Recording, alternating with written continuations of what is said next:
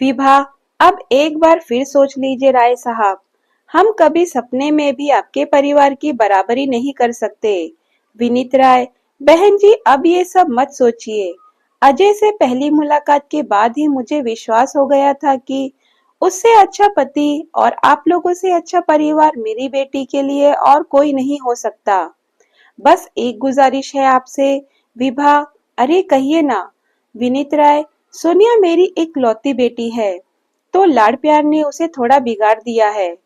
तो बस कभी उसकी किसी बात का बुरा मत मानिएगा। बस बच्ची समझकर माफ कर दीजिएगा उसे। अजय के पिता, आप बिल्कुल चिंता मत कीजिए राय साहब। हम आपके जितना ऐशो आराम भले ही ना दे सके, लेकिन लाड़ प्यार में कभी कोई कमी नहीं रहने देंगे। ये वादा है मेरा। विनीत राय, मैं जानता हूँ भाई साहब। अच्छा, अब मैं चलता हूँ, शादी की बहुत सी तैयारियां करनी है। अजय, रुकिए अंकल, एक रिक्वेस्ट थी आपसे। विनीत राय, मैं तुम्हारी हर रिक्वेस्ट एक्सेप्ट करूंगा बेटे, अगर तुम मुझे अंकल नहीं पापा कहकर बुलाओगे। अजय, जी पापा, वो मैं कहना चाहता था कि मेरे और सोनिया की शादी बहुत ही सिंपल तरीके से हो। इस बारे में सोनिया से भी बात हो गई है मेरी। हम सिंपल कोर्ट मैरिज करना चाहते हैं। विनीत राय, लेकिन बेटा ये कैसे हो सकता है? अजय, प्लीज पापा। विनीत राय, ठीक है बेटा, तुम और सोनिया जैसे चाहते हो वैसा ही होगा। बस तुम दोनों हमेशा खुश रहो। इतना कहकर विनीत राय ने अजय के माता पिता के सामने हाथ जोड़े और वहां से चले गए। दरअसल विनीत राय एक जाने माने बिजनेसमैन थे और यहाँ उनके इकलौते बेटी सोनिया की शादी की बात हो रही थी। खास बात ये थी कि इतना अमीर आदमी अपनी एक लौती बेटी का रिश्ता एक ऐसे घर में कर रहा था जो हैसियत में उनसे बहुत ही कम था। अजय एक प्राइवेट कंपनी में जॉब करता था और उसकी सैलरी से बस घर का खर्च ही चल पाता था। लेकिन जब से अजय को पता चला कि उसके पिता के ब्रेन में ट्यूमर है, तब से अजय के दिन का चैन और रातों की नींद गायब हो गई थी। इसी बीच उसकी जिंदगी में सोनिया ने एंट्री ली और अब सब बदलने वाला था। शादी के तुरंत बाद सोनिया, अजय, और कितना वेट करना पड़ेगा मुझे यहाँ पर? अजय, बस 2 मिनट। माँ, माँ प्लीज थोड़ा जल्दी करिए ना। विभा, हाँ बेटा, बस आ गई मैं।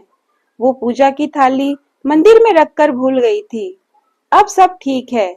विभा, बहू, अब तुम इस कलश को अपने पैर से गिराकर अंदर प्रवेश करो।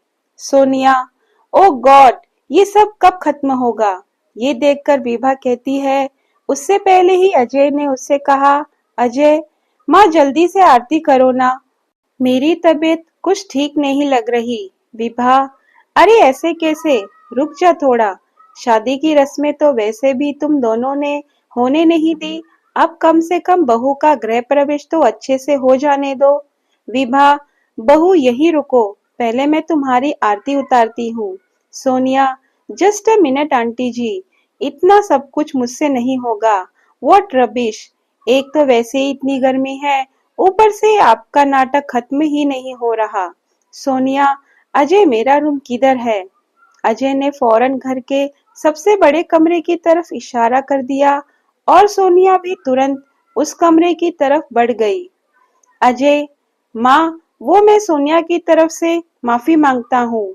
विभा, अरे अरे कोई बात नहीं बेटा, तू जा बहू के पास और देख उसे कोई परेशानी तो नहीं। इसके बाद अजय सिर झुकाकर उसी कमरे की तरफ बढ़ गया जिसमें सोनिया गई थी। वो सोनिया की हरकत पर शर्मिंदा था और अंदर जाकर वह सोनिया से कुछ कहता उससे पहले ही सोनिया उल्टा उस पर ही भड़क गई। सोनिया, ये सब क्या है अजय? यहाँ रहूंगी मैं, एसी कहाँ है? और कितना छोटा कमरा है ये, ऊपर से इंटीरियर भी कितना बेकार है इस रूम का। अजय, सोनिया, तुम भूल रही हो कि तुम अपने पापा के घर नहीं हो। ये मेरा घर का सबसे अच्छा और सबसे बड़ा कमरा है जो तुम्हें और मुझे दिया गया है रहने के लिए। सोनिया, ओ मिस्टर, मैं कुछ नहीं भूली हूँ, लेकिन लगता है तुम्हारी याददाश्त ठीक करनी पड़ेगी मुझे। सोनिया की बात पूरी होने से पहले वहां अजय की माँ विभा चाय और नाश्ता लेकर आ गई, जिसे देखकर सोनिया चुप हो गई और अजय ने चाय की ट्रे लेते हुए कहा, अजय, अरे माँ, मैं कर लेता ना। विभा, कोई बात नहीं बेटा, सब ठीक तो है ना। अजय, सब ठीक है माँ, बस वो सोनिया की तबीयत थोड़ी ठीक नहीं है तो थोड़ा आराम करना चाहती है। अजय, अब आप जाओ, आप भी आराम करो। इतना कहकर अजय अपनी माँ को उसके कमरे में छोड़ने चला गया। और फिर उसके वापस आने के बाद अजय, सोनिया, हमारी बात हुई थी ना, बस कुछ दिनों के लिए तुम, मेरा मतलब है कि आप थोड़ा सा एडजस्ट कर लो। प्लीज सोनिया, देखो अजय, मुझे यहाँ कुछ ही महीने रहना है, तो प्लीज तुम थोड़ा एडजस्ट कर लेना। सबसे पहले तो अपनी माँ को समझाओ कि मेरी सास बनने की कोशिश ना करे और इस रूम का कुछ करो प्लीज। अजय, ठीक है, आप अभी सो जाओ, मैं कल कुछ करता हूँ। इतना कहकर अजय ने बिस्तर से एक तकिया उठाया और नीचे फर्श पर जाकर लेट गया। सोनिया भी बड़बड़ाते हुए बिस्तर पर सो गई। और फिर अगले दिन अजय के पिता, अजय, ये एसी तुमने खरीदा क्या? अजय, हाँ पापा, वो सोनिया को आदत है ना, बिना एसी के नहीं रह सकती, तो इसलिए लेना पड़ा। अजय के पिता, अरे तो मुझसे कहना था ना, तुम्हारा पहले ही इतना खर्चा हो गया है। रुको, मैं अभी बैंक जाकर। अजय, नहीं पापा, पैसे है मेरे पास। और हाँ, आप शाम को रेडी रहना, हॉस्पिटल जाना है। अजय के पिता, हॉस्पिटल? लेकिन बेटा क्यों? अजय, आपके ऑपरेशन की बात करनी है, अब हम ज्यादा देर इंतजार नहीं कर सकते। विभा, लेकिन बेटा, उसके लिए तो अजय, फिक्र मत करो माँ, पैसों का इंतजाम हो गया है, सब ठीक हो जाएगा। इतना कहकर अजय वहां से चला गया और विभा और विष्णु एक दूसरे का चेहरा देखते रह गए। दूसरी तरफ अजय सोनिया से अपने कमरे में जाकर कहता है, अब एसी लग रहा है और कुछ चाहिए तो बता दीजिएगा। सोनिया, चाहिए तो बहुत कुछ, लेकिन रहने दो, तुम उतना सब कुछ कर नहीं पाओगे, किराए के पति हो ना, इससे ज्यादा क्या उम्मीद रखूं मैं। यह सच था।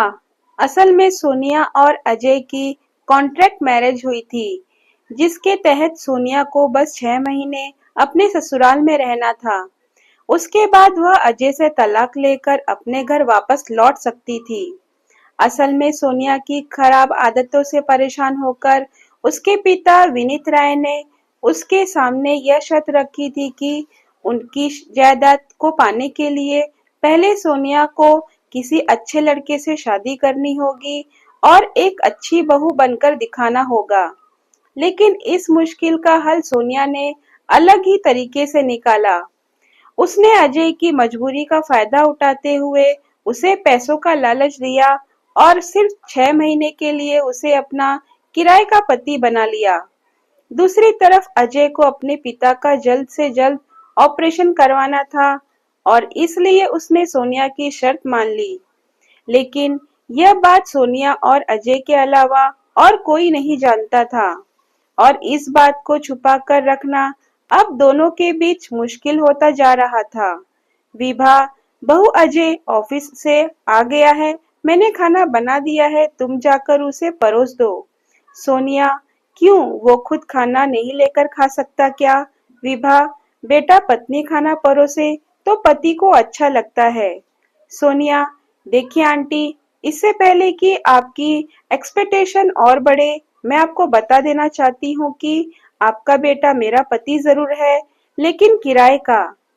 मैंने उसे इस शादी के लिए पूरे 10,000 रुपए दिए हैं।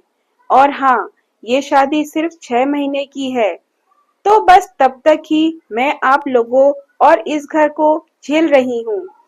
एक बार मेरे पापा अपनी प्रॉपर्टी मेरे नाम कर दे, फिर मैं आपके बेटे को तलाक देकर यहाँ से हमेशा के लिए चली जाऊंगी। विभा के सामने अब सब कुछ शीशे की तरह साफ हो गया था, लेकिन वह यह सब बर्दाश्त नहीं कर पाई और बेहोश होकर जमीन पर गिर पड़ी। फिर अजय को इस सब के बारे में जैसे ही पता चला, वो गुस्से से सोनिया से बोला, सोनिया, तुम्हें जरूरत क्या थी मेरी माँ के सामने ये सब कुछ बोलने की? सोनिया, जरूरत थी क्योंकि तुम्हारी माँ मेरे सर पर चढ़ रही थी, और वैसे भी किराए पर मैंने तुम्हें लिया है, तो मैं क्यों चुप रहूं? अजय समझ गया था कि उसने सोनिया के रूप में बहुत बड़ी मुसीबत मोल ले ली है, लेकिन वह भी मजबूर था, इसलिए वह चुपचाप सोनिया की सारी बदतमीजियों बर्दाश्त कर रहा था। फिर एक दिन सोनिया, थैंक्स पापा, मुझे नहीं लगा था कि आप इतनी जल्दी ये पेपर साइन करके दे देंगे। पापा, मुझे कुछ बताना था आपको, विनीत राय, यही ना कि अब तुम्हारा अपने ससुराल से कोई रिश्ता नहीं रहा। हाँ, अच्छा है, तुम अजय और उसके घर के लायक भी नहीं हो। तुम्हें जल्द ही वापस बुलाने के लिए ये पेपर साइन किया है मैंने। सोनिया, क्या इसका मतलब अजय ने आपको सब कुछ बता दिया? विनीत राय, हाँ, और सिर्फ बताया नहीं, बल्कि तुम्हारे दिए 10 लाख रुपए भी वो वापस देकर गया है। तुम नहीं जानती कि तुमने क्या खोया है। अजय लाखों में एक लड़का है। वो अपने पिता के ऑपरेशन के लिए किराए का पति बनने को तैयार हो गया, तो सोचो अपनी पत्नी के लिए वो क्या क्या कर सकता था। लेकिन अफसोस, अब ना तो उसके पिता का ऑपरेशन हो सकेगा और ना ही तुम्हें सुधारने की मेरी ख्वाहिश पूरी हो सकेगी। अपने पिता की बात सुनकर सोनिया को धक्का लगा। उसे वाकई अजय के लिए बुरा लग रहा था। हाथ में पकड़े प्रॉपर्टी के पेपर्स उसे बहुत भारी लग रहे थे, क्योंकि उसे एहसास हो गया था कि उसने बदले में क्या खोया है। अब उसके सामने तलाक के पेपर थे, लेकिन उन सब पर साइन करने की उसके अंदर ना तो हिम्मत थी और ना ही इच्छा। दोस्तों, अगर आपको मेरी वीडियो पसंद आए तो वीडियो को लाइक, शेयर और सब्सक्राइब करना ना भूलें, और कमेंट बॉक्स में कमेंट करके जरूर बताएं कि आपको मेरी वीडियो कैसी लगी। धन्यवाद।